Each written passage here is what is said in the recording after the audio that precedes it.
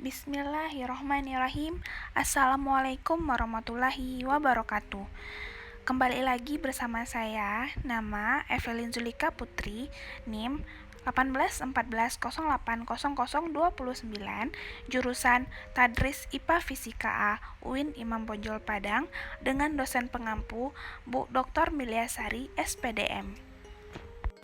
Baiklah, kita masuk kepada topik ketiga, yaitu bab 2 tinjauan pustaka, yang dimana terdiri dari 4 poin. Yang pertama, deskripsi teori.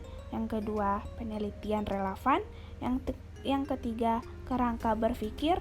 Dan yang keempat, hipotesis. Baiklah, kita masuk kepada poin pertama, yaitu deskripsi teori. Deskripsi teori adalah suatu rangkaian penjelasan yang mengungkapkan suatu fenomena atau realitas tertentu yang dirangkum menjadi suatu konsep gagasan, pandangan, sikap, dan cara-cara yang pada dasarnya menguraikan nilai-nilai serta maksud dan tujuan tertentu yang teraktualisasi dalam proses hubungan situasional, hubungan kondisional, atau hubungan fungsional di antara hal-hal yang terekam dari fenomena atau realitas tertentu. Dengan menyelam jauh ke dalam deskripsi teori, akan diketahui kekuatan dan kelemahan suatu teori. Dalam suatu penelitian, deskripsi teori merupakan uraian sistematis tentang teori dan hasil penelitian yang relevan dengan variabel yang diteliti. Berapa jumlah teori yang perlu dikemukakan atau dideskripsikan akan tergantung pada luas permasalahan dan jumlah variabel yang diteliti. Deskripsi teori paling tidak berisi tentang penjelasan terhadap variabel-variabel yang diteliti, melalui pendefinisian dan uraian yang lengkap dan mendalam dari berbagai referensi. Sehingga ruang lingkup, kedudukan, dan prediksi terhadap hubungan antar variabel yang akan diteliti menjadi lebih jelas dan terarah. Teori yang dideskripsikan dalam proposal maupun laporan penelitian dapat digunakan sebagai indikator apakah peneliti menguasai teori dan konteks yang diteliti atau tidak.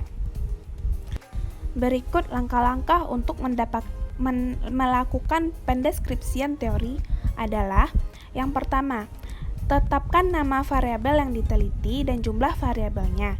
Yang kedua, mencari sumber-sumber bacaan seperti buku, kamus, ensiklopedia, jurnal ilmiah, laporan penelitian, skripsi, tesis, disertasi yang banyak-banyaknya dan relevan, sebanyak-banyaknya dan relevan. Yang ketiga, lihatlah daftar isi setiap buku dan pilih topik yang relevan dengan setiap variabel yang akan diteliti. Yang keempat, cari definisi setiap variabel yang akan diteliti pada setiap sumber bacaan, bandingkan antara satu sumber dengan sumber yang lain, dan pilih definisi yang sesuai dengan penelitian yang akan diadakan. Yang kelima, baca seluruh isi topik buku yang sesuai dengan variabel yang akan diteliti. Lakukan analisa, renungkan, dan buatlah rumusan dengan bahasa sendiri tentang isi setiap sumber data yang dibaca. Yang keenam, deskripsikan teori-teori yang telah dibaca dari berbagai sumber ke dalam bentuk tulisan dengan bahasa sendiri. Sumber-sumber bacaan yang dikutip atau yang digunakan sebagai landasan untuk mendeskripsikan teori harus dicantumkan. Yang kedua yaitu penelitian relevan. Penelitian adalah suatu proses, aktivitas guna mencari sebuah sesuatu seperti pengetahuan, kebenaran dari hipotesis atau dugaan sementara, fenomena yang sedang terjadi. Penelitian biasanya bertujuan untuk meneliti pengetahuan, informasi tertentu untuk mencapai tujuan tertentu.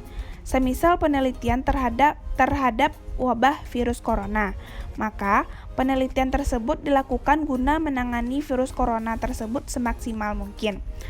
Relevan adalah suatu yang memiliki kaitan dan hubungan erat dengan pokok masalah atas sesuatu yang sedang dibahas, diteliti tersebut. Sesuatu yang relevan itu memiliki hubungan yang jelas, seperti halnya isi dengan judul penelitian berkaitan dan berhubungan satu sama lain.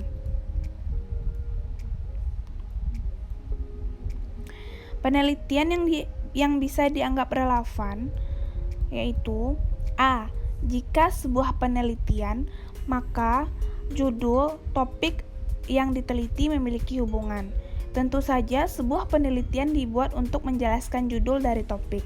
Maka jika tidak ada hubungannya, maka bisa dianggap tidak nyambung. Maka penelitian dianggap relevan jika sudut penelitian dan isinya memiliki hubungan yang jelas. Yang B, penelitian relevan memiliki referensi yang berhubungan dengan penelitian, seringkali tuntutan. Penelitian adalah referensi informasi tersebut berasal dari mana, maka perlu sekali sumber referensi ditulis yang agar relevan dan memberikan suatu yang bermanfaat terhadap penelitian yang sedang dilakukan. Yang C, relevan harus sesuai dengan pembahasan dan masalah. Semisalnya penelitian, masalah tentang penggunaan smartphone terhadap perkembangan anak-anak, maka mencari hubungan yang relevan dengan sekitar. Semisalnya, menangani hubungan ibu yang bekerja dengan asuhan pemakaian smartphone terhadap anak-anaknya. Yang ketiga yaitu kerangka berpikir. Pengertian kerangka berpikir. Kerangka berpikir merupakan sebuah model atau juga gambaran yang berupa konsep yang di dalamnya itu menjelaskan mengenai suatu hubungan antara variabel yang satu dengan variabel yang lainnya. Oleh karena itu, sebaiknya kerangka berpikir tersebut dibuat di dalam bentuk diagram atau juga skema dengan tujuan untuk dapat mempermudah memahami beberapa variabel data yang kemudian akan dipelajari di tahap selanjutnya. Adapun langkah-langkah atau tahapan menyusun kerangka berpikir diantaranya 1. Menentukan variabel yang lebih detail. Pertama, seseorang peneliti itu harus menetapkan sebuah variabel data yang lebih rinci. Apabila seseorang peneliti tersebut ingin mendapatkan segala macam teori yang nantinya akan dicari untuk bisa mendukung terbentuknya kerangka berpikir yang lebih jelas. Yang kedua, membuka buku-buku hasil penelitian. Langkah selanjutnya setelah menentukan variabel, maka yang kemudian dilakukan adalah kalian harus membaca buku-buku dari hasil penelitian yang lebih relevan. Yang ketiga, deskripsikan teori serta hasil penelitian. Apabila membaca buku-buku dari hasil penelitian itu sudah dilakukan, maka langkah selanjutnya ialah kalian dapat atau bisa mengungkapkan teori-teori yang berhubungan itu dengan variabel data yang akan diteliti. 4. Menganalisis teori dan juga hasil penelitian secara kritis. Pada tahap ini, yang harus kalian lakukan ialah menganalisis teori serta juga hasil penelitian secara kritis. Namun, di dalam proses menganalisis, seseorang peneliti tersebut bisa atau dapat mengkaji teori yang sudah ditetapkan sesuai dengan objek penelitian itu ataupun tidak. Yang kelima, menganalisis komparatif tentang teori dan hasil penelitian. Pada tahap ini, kalian kemudian harus melakukan sebuah analisis serta juga komparasi dengan cara membandingkan teori yang satu dengan yang lainnya. Yang keenam, sintesa kesimpulan. Setelah selesai tahap di atas, selanjutnya yang harus kalian lakukan oleh seorang peneliti itu bisa dapat atau bisa melakukan sebuah sintesa atau juga kesimpulan sementara. Yang ketujuh, kerangka berpikir. Apabila sintesa kesimpulan itu juga sudah dilakukan, maka tahap yang terakhir ialah kalian sudah dapat atau bisa menyusun skema dari kerangka berpikir. Terdapat dua macam kerangka berpikir diantaranya kerangka asosiatif dan juga komparatif. Yang keempat yaitu hipotesis. Pengertian hipotesa penelitian. Hipotesis penelitian adalah jawaban sementara terhadap pertanyaan-pertanyaan penelitian. Hipotesis dapat dijelaskan dari berbagai sudut pandang, misalnya secara etimologis, teknis, statistik, dan lain sebagainya. Umumnya, pengertian yang banyak digunakan bahwa hipotesis adalah jawaban sementara penelitian. Syarat penyusunan hipotesis. A. Harus dirumuskan secara singkat, padat, dan jelas. B. Harus menunjukkan adanya sebuah hubungan antara dua atau lebih variabel dalam penelitian. C. Haruslah berdasarkan pada pendapat atau teori-teori dari pakar atau hasil dari penelitian lainnya yang relevan. Macam-macam hipotesis penelitian.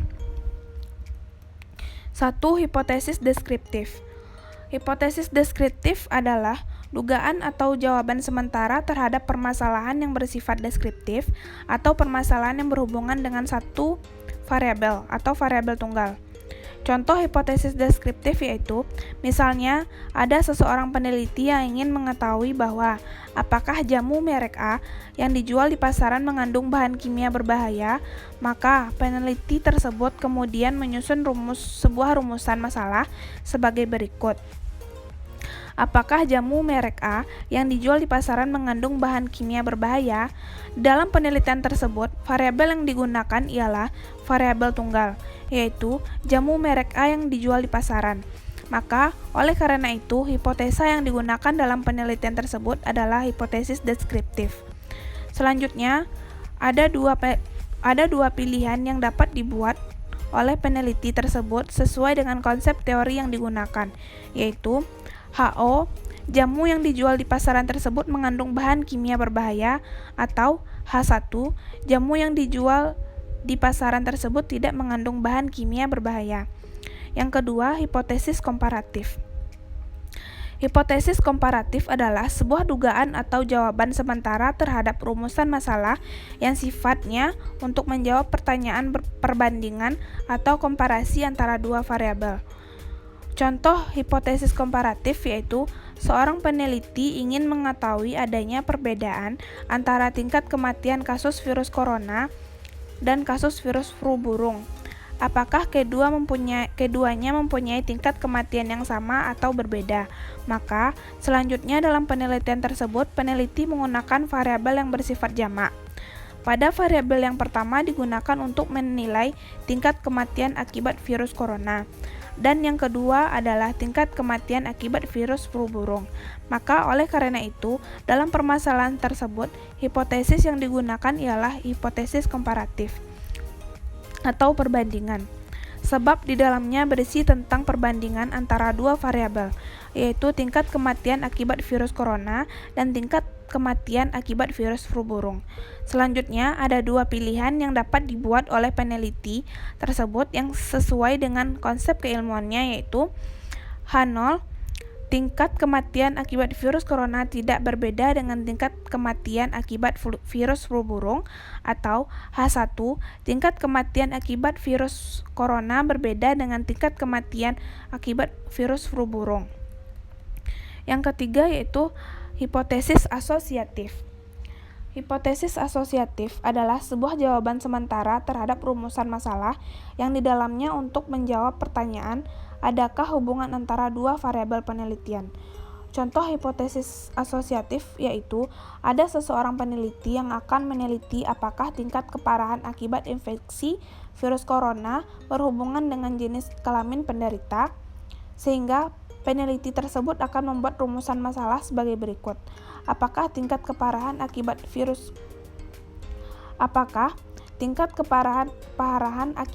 infeksi virus corona berhubungan dengan jenis kelamin penderita? Maka, dalam rumusan masalah tersebut, variabel yang digunakan dalam penelitian adalah variabel jamak. Pada variabel yang pertama adalah tingkat keparahan akibat infeksi virus corona, sedangkan variabel kedua adalah jenis kelamin penderita. Maka oleh karena itu, dalam menjawab permasalahan tersebut, hipotesa penelitian yang digunakan adalah hipotesis asosiatif, sebab di dalamnya mengandung makna untuk menilai adanya hubungan antara dua variabel penelitian. Selanjutnya, dua pilihan yang ada dibuat oleh peneliti tersebut sesuai dengan konsep teori yang digunakan, yaitu H0, tingkat keparahan akibat infeksi virus corona tidak dipengaruhi oleh jenis kelamin penderita, atau H1, tingkat keparahan akibat infeksi virus corona dipengaruhi oleh jenis kelamin penderita. Baiklah, seperti biasa, di akhir paparan materi saya terdapat referensi sebagai tambahan pengetahuan atau penjelasan lebih lanjut. Tinggal diklik saja. Baiklah, hanya itu yang dapat saya sampaikan pada materi topik ketiga, tinjauan pustaka. Kalau ada kata-kata yang salah, mohon dimaafkan. Wabillahi taufiq wal hidayah. Assalamualaikum warahmatullahi wabarakatuh.